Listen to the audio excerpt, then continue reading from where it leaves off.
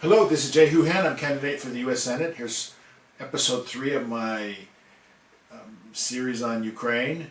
And the first two episodes, I talked about the history of Ukraine, pre-breakup of the Soviet Union in 1991 to the present. I talked about why corruption is rampant in Ukraine. I talked about the division east and west in Ukraine between ethnicities, Russian versus Ukrainian, is a false narrative. I talked about blaming NATO's expansion for Russia's incursion as also false. And basically, my take on all this is the war is primarily a way for Russia, Putin, and the Russian oligarchs to basically take over the territory of Ukraine for economic purposes. That is, it's just like one crime family in Brooklyn deciding to invade Queens and take over the territory of another crime family. Now, I'm not talking about the ordinary Ukrainian, I'm talking about the people that are in the government and their friends. Now I'm going to talk about how the best way, because I would assume, and I love Ukraine, I have many friends there, I have many friends in Russia too. And there's a lot of good things about the Russian people. But Russia's actions in this war are wrong. It agreed to respect Ukraine's national borders in an early treaty, I think it's 1992, when as part of Ukraine giving up its nuclear arsenal. So they're treaty breachers, and they've done many bad things by starting this war. So I would like the war to end, and I would like Russia to get out of Ukrainian territories.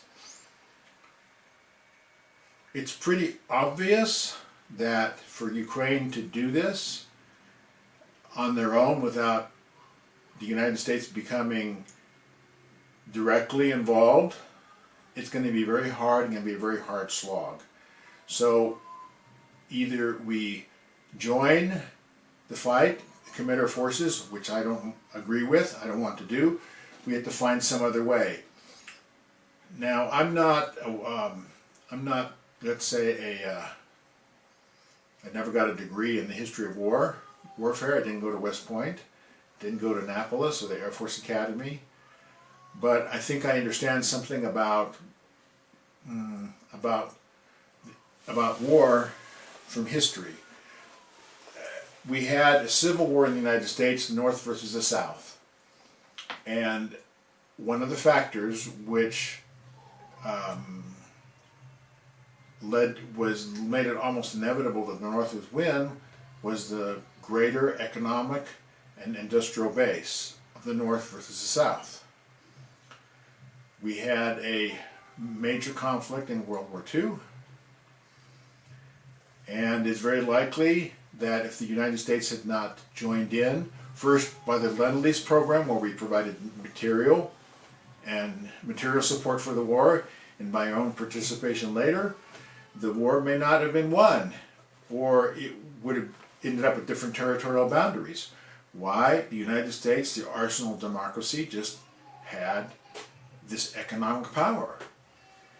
And so the best way to defeat for the Russians is economic. Sanctions have not really worked. They've affected individual Russians, but Russia's main income stream is from oil and gas.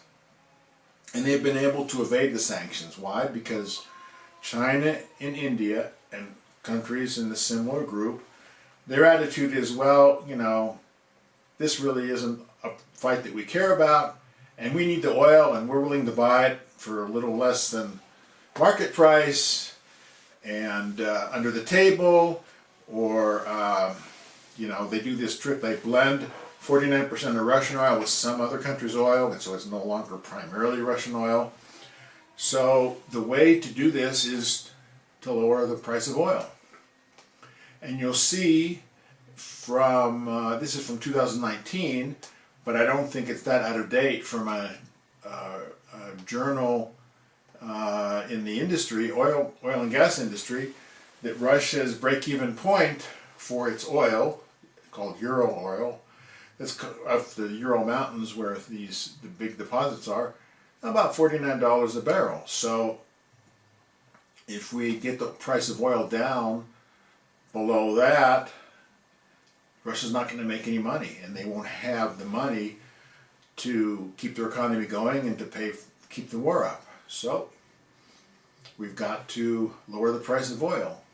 And there's two ways to lower the price. We either cut demand, that is, we all stop driving cars and getting food delivered in trucks, and having pharmaceuticals made with petroleum, and having plastics made, or we increase the supply. So drill, baby, drill.